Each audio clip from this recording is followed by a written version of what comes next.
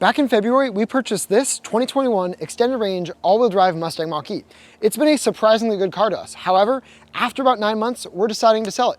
So in this video, I'm gonna cover exactly why we love it, why we hate it, and specifically why we've chosen to sell it.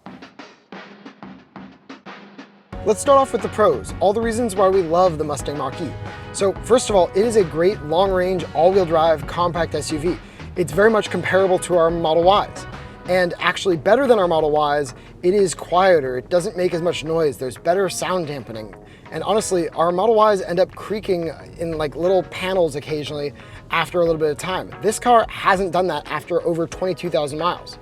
On top of that, it's just smoother. On city roads, you don't feel as much of the bumps and it's just more comfortable and it feels more luxurious on the inside. Additionally, it has great adaptive cruise control and lane keep. Blue Cruise hasn't been shipped yet, so it doesn't have any type of like self-driving, but that adaptive cruise control and lane keep is plenty good as it is.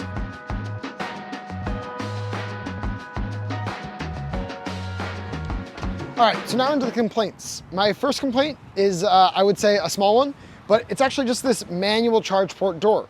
As you can see, I've accidentally left it open once or twice, and so have my renters, causing it to dent the fender just a little bit. That's not a big one though.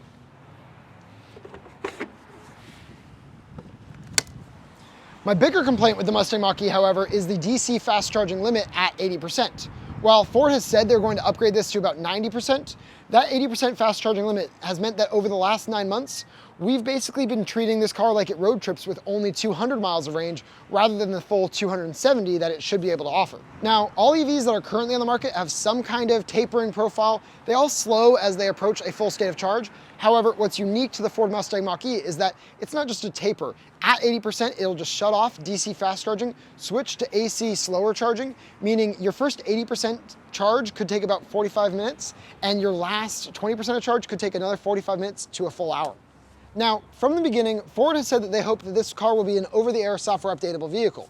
However, we've only had one major software update come over the air and twice where we've had to bring it in for service. Once for the phone to key software and once to update the powertrain. On top of that, Ford has made a lot of interesting design decisions with the Mustang Mach-E. We won't get into all of them, but they're little things like how in the phone app, you've got a separate button for lock and unlock, meaning there's no status indicator to tell you whether or not it was already locked or unlocked. Additionally, the location of the wireless phone charger is a little bit precarious. When I'm using CarPlay, it actually ends up where the touchscreen and just all the metal in the dash ends up blocking the signal for GPS from my phone, meaning I occasionally miss turns simply because of the location of my phone.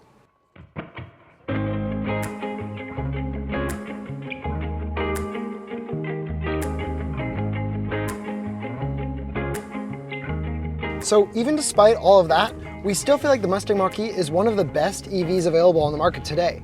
So why then are we selling it? Well, unfortunately, this Mach-E, like several hundred others, has a safety recall out. Unfortunately, Ford may not have used enough adhesive on the windshield and the top glass, meaning that I actually can't rent it out. And that's how we make the money to afford this vehicle. We do that with all of our vehicles. We share them all on Turo. And given that we might not be able to rent this car out until sometime Q1 or Q2 of next year, we're gonna take this as an opportunity to sell this Mustang Mach-E, upgrade it to another electric vehicle that charges on CCS. So we're looking to you, which CCS-powered electric vehicle should we buy next? Let us know in the comments below. If you enjoyed this video, please like, subscribe, follow, and we'll see you in the next one.